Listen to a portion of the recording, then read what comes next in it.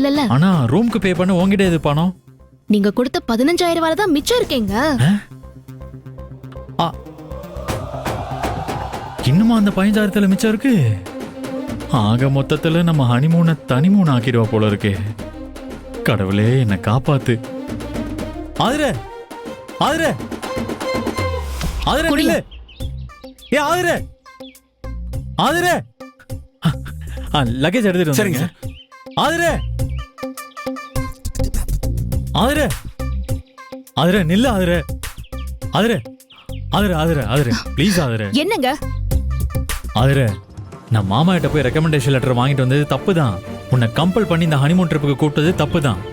நான் உண்ணாவிரத போராட்டம் இருந்ததும் தப்பு தான். நம்ம வீட்டில் இருக்கிறவங்களை உண்ணாவிரதம் இருக்க வச்சதும் தப்பு தான்.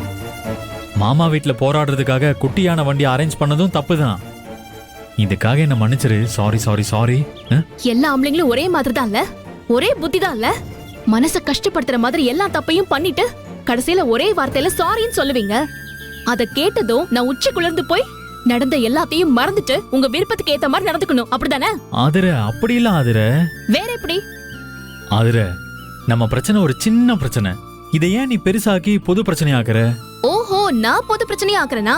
பணத்தை கொடுத்து நான் என் அப்பா கிட்ட பேசுற வரைக்கும் நான் உங்க கூட வாழ மாட்டேன்னு சொன்னேன்ல, அது உங்களுக்கு சின்ன பிரச்சனையா? அது இல்ல ஆதிரே. எது இல்ல?